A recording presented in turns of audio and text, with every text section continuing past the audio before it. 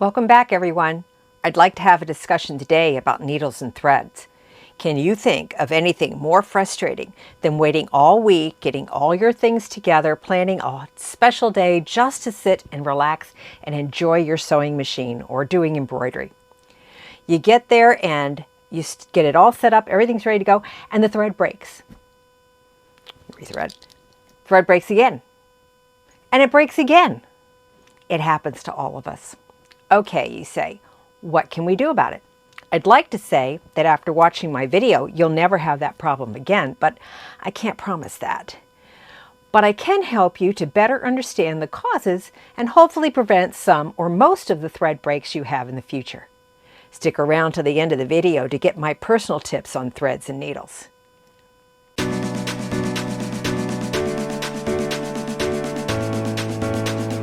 Most likely the problem comes down to one or all of four things. Your thread is dry rotted or the wrong type. Your setup, your stabilizer, presser foot, or sewing pattern is incorrect. You have the wrong size, type, or damaged needle, or your bobbin is inserted incorrectly. These basic things need to be correct for your sewing to be accurate. Thread basics for general home domestic sewing. First rule of thumb. If you have any thread on your wooden spool, take the thread off, use it for a craft, or throw it away, but save the spool. The spool is actually worth more than the thread, and the thread is most likely dry rotted because it's so old. Threads do not have a date of, or best used by, date. If your thread is old and dry rotted, you're going to have problems with it sewing. You'll also have problems with it afterwards breaking in your project. So you want to be careful that you have good quality thread. Thread that is labeled hand is twisted backwards for a sewing machine and will give you all kinds of headaches. Rayon thread is a decorative thread. I do use this for buttonholes, however, so it gives me a more professional look, and I can usually get the exact color I want too. A good quality thread is one that shows little or no changes in thickness over 1 yard. Unwind about 1 yard of thread and run your fingers down it and see if you can feel any changes in the consistency. Hold it up to the light and see if you can see any fuzzes or so forth on the thread. If you do, this is a poor quality thread. I would recommend finding another thread, either the same color or the same type, but not necessarily the same brand. Next, you're going to choose your needle. The first consideration is, what are you sewing on? If you'll be sewing on leather, you will need a leather needle. Okay. If you're sewing on cotton, a universal needle in the system for your machine will be fine. Check your machine manual. The average home sewing machine in the U.S. uses a 130/705H system. This is written in your manual. It's also written on the end of your needles if you can read them. I can't. Now this is a hard and fast rule. It's more than likely that the thread is bad or the setup is not quite right, then it would be a sewing machine issue. Needle size is important. Here's a quick way to determine if the thread and the sewing machine needle are compatible. Take 1/2 yard or meter of the thread being used on the machine and thread it through the eye of a loose needle. Hold the needle vertically with the needle at the top. Let go of the needle and watch how it falls. If the needle is too big, it will drop easily to the bottom of the thread. If the needle is too small, it will stick at or near the top of the thread. If the needle is the right size, it will slowly spiral to the bottom of the thread.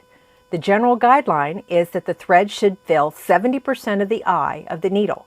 While this is a handy guide, a larger than normal needle may be used to penetrate thicker fabric or stitch over the top of a pronounced or bulky seam. How often should you change your needle? After 8 hours of constant sewing time. After sewing 3 complete bobbins of thread, or if you notice the fabric is snagging or puckering. Anytime the tip may be damaged by hitting a pin, a presser foot, or a stitch plate. Hear a ticking sound? Could be your needle. If the thread breaks, stop and rethread from scratch. Literally take the thread completely out of the machine and start over.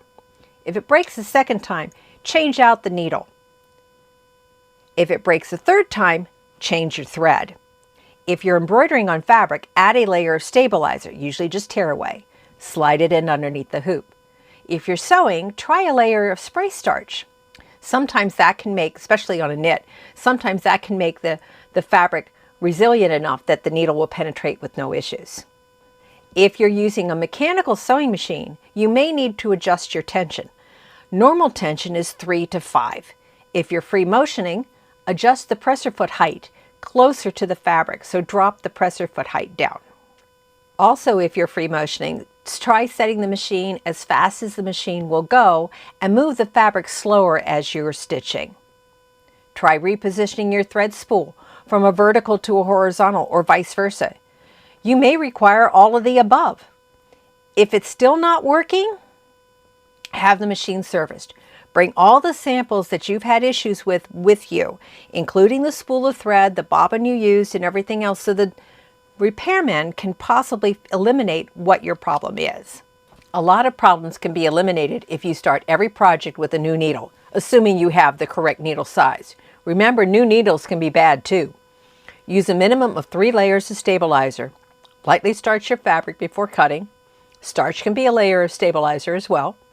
And always, always, always run a test sew before starting a project. There are 2 types of sewists, embroiders, and quilters. Those who test and those that wish they had. Be the first type. If you desire, you can date your thread simply by writing with a Sharpie on the end as to when you bought it. Don't store your thread on a thread rack unless you use it constantly. Do store them in airtight containers, same as your fabric. Okay, darker color thread equals more dye, and weaker thread, black being the worst. You'll want to experiment on your test sew with different needles, threads, and machine settings to find the best result. Let's not make this complicated. Any threads you purchase for home or domestic sewing machines that you will be using for construction will be readily available at your fabric, craft, or sewing dealer store. Just make sure it doesn't say hand or rayon if you're doing construction. Most construction thread is either cotton, cotton poly, or polyester. Cotton wrapped thread leaves more lint, a little bit more cleanup involved, while polyester thread is a little stronger and there's little to no cleanup. Thanks for stopping by today. Hope you enjoyed it and got some tips and tricks on needles and thread. Don't forget to download the handout. Just click on the link in the description below. And we'll see you next time on Susan Sew Creative, where it's only wrong when it doesn't work.